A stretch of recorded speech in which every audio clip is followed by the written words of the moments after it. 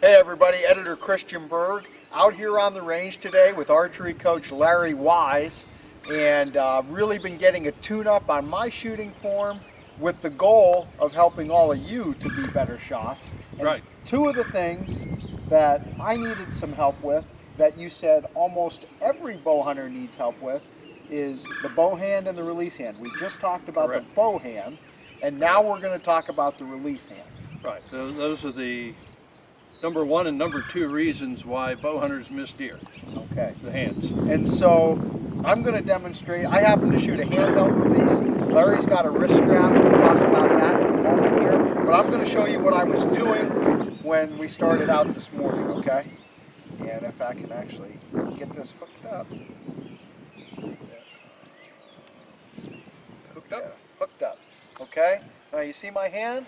Yep. You see this That's sort of a fist. That's a fist. That's a good old fist. So when you have the fist, that means that your forearm is tight and you're holding a lot of the bow with your forearm instead of transferring Okay. it into your back. Now I'm going to switch over to how you Right. suggested that I shoot. Flatten out the knuckles, and now the forearm can be relaxed, and that's more holding that you can transfer into the back.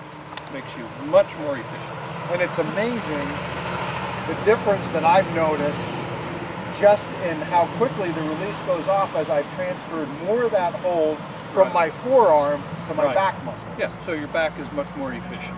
Now, for the folks out there who are shooting the wrist strap release, I'm going to hand this firing line Okay. trainer to you and ask you to talk a little bit about how that applies to the index finger release. All right, so what we're trying to do with the index finger then is to put all of the finger around the trigger. Take the sensitive part of the finger, that fingertip, out of the game.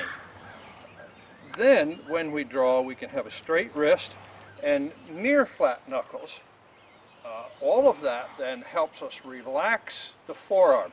That means transfer the holding out of the arm into the back.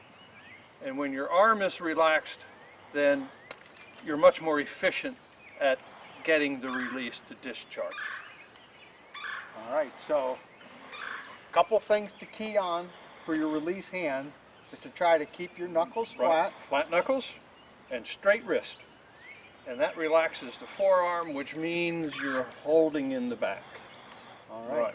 So make sure to check out our other video on the bow hand, Right. and work on your bow hand and your release hand for consistent accuracy in the field. Yeah. Repeat your performance. Absolutely. Thanks, Larry. You bet. Appreciate it.